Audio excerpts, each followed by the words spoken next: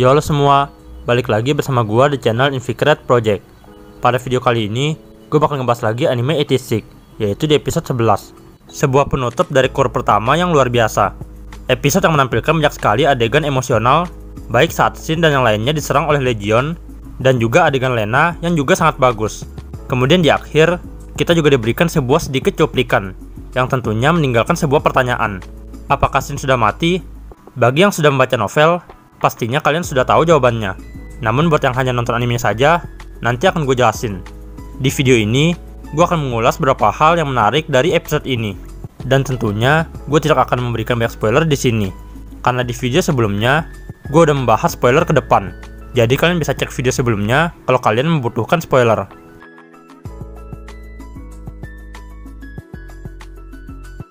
Dan oke lah, nggak perlu basa-basi lagi, gue akan langsung masuk ke pembahasannya.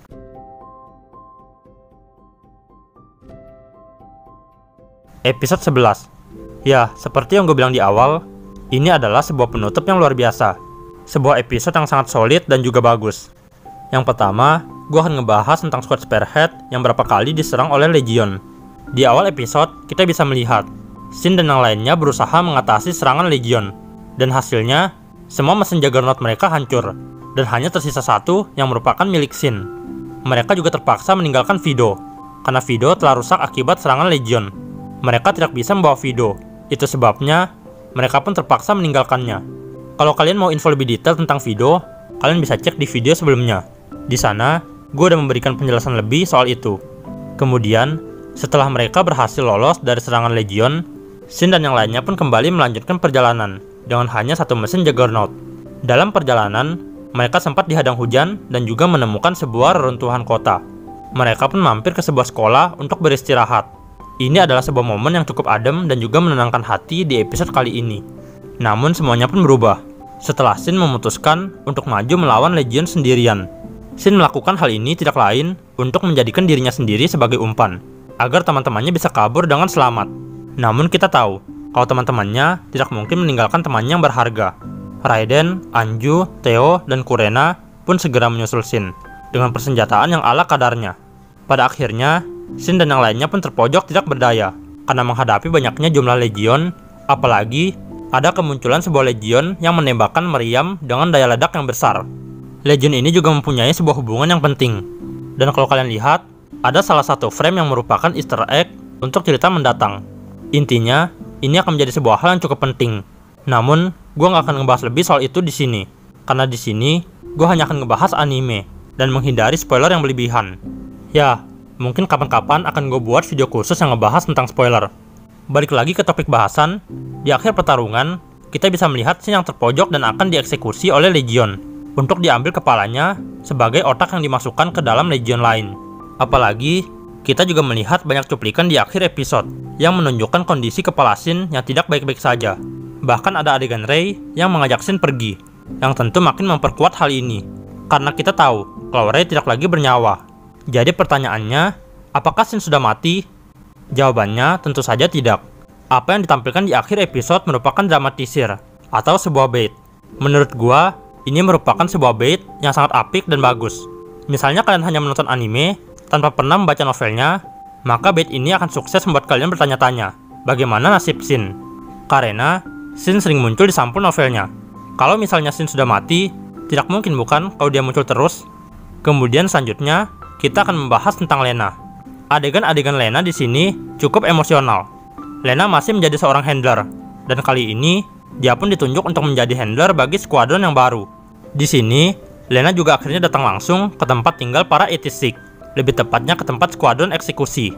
Di sana, Lena akhirnya tahu bagaimana sebenarnya kondisi tempat tinggal mereka. Tempat yang mereka tempati bisa dibilang berkondisi kurang layak. Sambil berkeliling, Lena menemukan seekor kucing hitam. Kucing yang sering dibahas oleh Squad Spearhead. Selain itu, Lena juga menemukan sebuah buku yang berisi surat dari Squad Spearhead. Walaupun isinya sepele, surat itu tetaplah sangat berharga bagi Lena. Bahkan Lena sempat meneteskan air mata. Gua pribadi juga ikut merasa emosional saat melihat adegan ini. Lena pun kemudian mencoba untuk tegar dan menjadi lebih kuat. Hal ini tentunya untuk menghargai pesan dan janji yang diberikan oleh para anggota Squad Spearhead. Dan dengan ini, Lena pun mendapatkan sebuah julukan Bloody Reina. Untuk lebih jelasnya, kalian bisa cek di video sebelumnya. Ya, kurang lebih itulah yang terjadi di episode 11. Menurut gua, episode ini juga menampilkan cerita yang solid, dan setiap feel emosionalnya juga sangat terasa, terutama pada saat adegan Lena yang sedang membaca surat. Apalagi diberikan sebuah transisi antara frame Lena yang meneteskan air mata ke frame lain saat Lena berdiri di rel kereta. Itu adalah sebuah transisi yang menurut gua sangat pas dan juga sangat apik. Bahkan cuplikan scene tapak kepala di akhir episode juga sempat membuat gua agak kaget, karena di luar dugaan, Studio A1 menambahkan cuplikan tricky yang bagus ini. Ini tentunya berhasil membuat beberapa orang bertanya-tanya soal scene. Overall, gue pribadi merasa puas banget dengan keseluruhan episode di core pertama ini. Anime 86 berhasil diadaptasi dengan sangat luar biasa. Core pertama ini mengadaptasi sebanyak satu volume light novel dengan beberapa penambahan, seperti adegan original. Gue sendiri nggak menyangka kalau adaptasi anime ini bakal sebagus ini. Anime ini berhasil menyajikan cerita yang mendetail dan menarik. Semua adegan tidak terasa membosankan. Walaupun masih ada kekurangan di beberapa bagian, gue pribadi tetap puas. Dan rating dari gue untuk core pertama ini adalah 10 dari 10. Sebuah rating tertinggi yang dengan senang hati gue berikan untuk anime terbaik musim ini dan juga terbaik sejauh ini di 2021. Menurut pendapat gue tentunya. Lalu, untuk selanjutnya, kita akan menunggu core kedua dari anime ini. Sejauh ini, masih belum banyak info soal core kedua. Menurut info yang beredar, core kedua akan tayang pada bulan Oktober dan akan berjumlah 12 episode. Kita tunggu saja info resminya. Kemudian, core kedua nanti akan mengadaptasi volume 2 dan 3. Sekedar info, cerita di core kedua nanti akan berfokus pada Shin dan anggota squad Spearhead lainnya. Dan Lena akan jarang sekali diperlihatkan, dan baru akan sering muncul di pertengahan menjelang akhir. Walau begitu, cerita di core kedua akan tetap epic. Gua berharap core kedua nanti dapat diadaptasi tidak kalah bagusnya dari core pertama. Namun sebelum core kedua, kita masih akan menyaksikan sebuah episode spesial di minggu depan.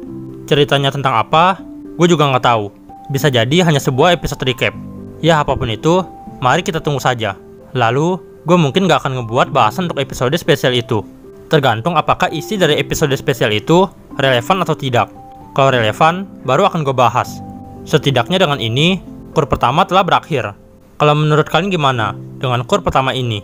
Yuk saling share pendapat di kolom komentar. Dan ya, mungkin itu aja yang bisa gue bahas di video kali ini.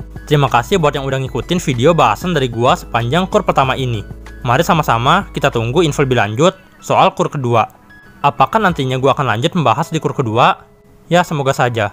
Kemudian, jangan lupa buat like, komen, dan share video ini ke teman-teman kalian. Dan terakhir, jangan lupa buat subscribe dan nyalakan notifnya, supaya kalian gak ketinggalan update dari channel ini. Itu aja dari gua, terima kasih sudah menonton, dan sampai jumpa di video selanjutnya.